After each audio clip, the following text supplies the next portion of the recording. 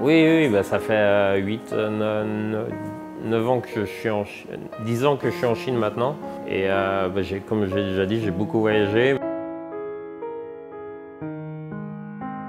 Je suis marié à une Chinoise et ma femme me fait souvent, en hiver, me fait une genre de sirop, soupe avec les fruits, le sucre jaune et le réglisse sec. Et j'ai recréé la même chose. Donc, ma femme me dit que c'est bon pour la circulation, pour le chaud en hiver et surtout que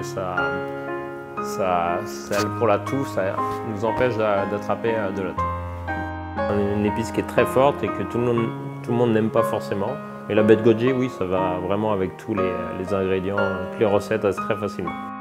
Selon mon avis, non, c'est les ingrédients, on n'a pas les mêmes connaissances, on n'utilise pas ces mêmes produits dans les mêmes buts.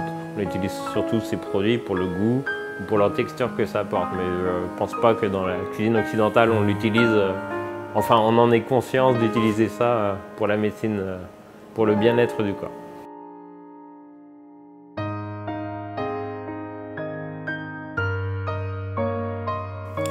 Bah, je suis parti des recettes de base françaises, des desserts vraiment spécifiques français, puis j'ai incorporé les produits chinois en les mélangeant les goûts chinois, donc moins sucrés et beaucoup plus parfumés avec énormément d'épices aussi.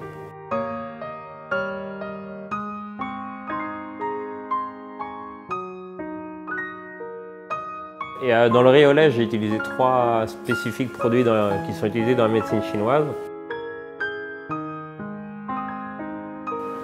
Les prunes, elles aident un peu contrebalancer le riz au lait qui peut être un peu trop sucré. La prune noire, ça va avoir qui est mélangée avec la poudre de réglisse, ça va vraiment lui donner un goût beaucoup moins sucré et vraiment savoureux et très fort.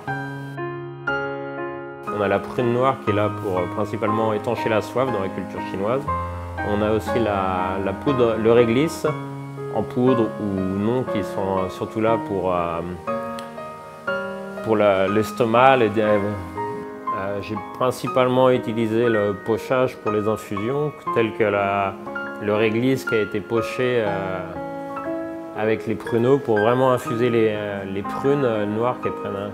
On a aussi les baies de goji qui sont très riches en fer, en calcium et qui vont aider surtout à la vue. La baie de goji, ça a une couleur rouge assez vive et ça va vraiment casser la couleur du riz au lait. Et pour le sésame, j'ai utilisé les deux, l'infusion et la couleur pour casser le blanc aussi. Et en même temps, le goût du sésame vraiment profondément dans la gelée. Et à la fin, quand on mange, on a un arrière-goût de sésame noir qui vient un peu donner un peu d'amertume à tout ce produit. Bien sûr que oui, après tant d'années à Shanghai, j'aurais jamais pu faire ces recettes si je n'avais pas été aussi longtemps à Shanghai.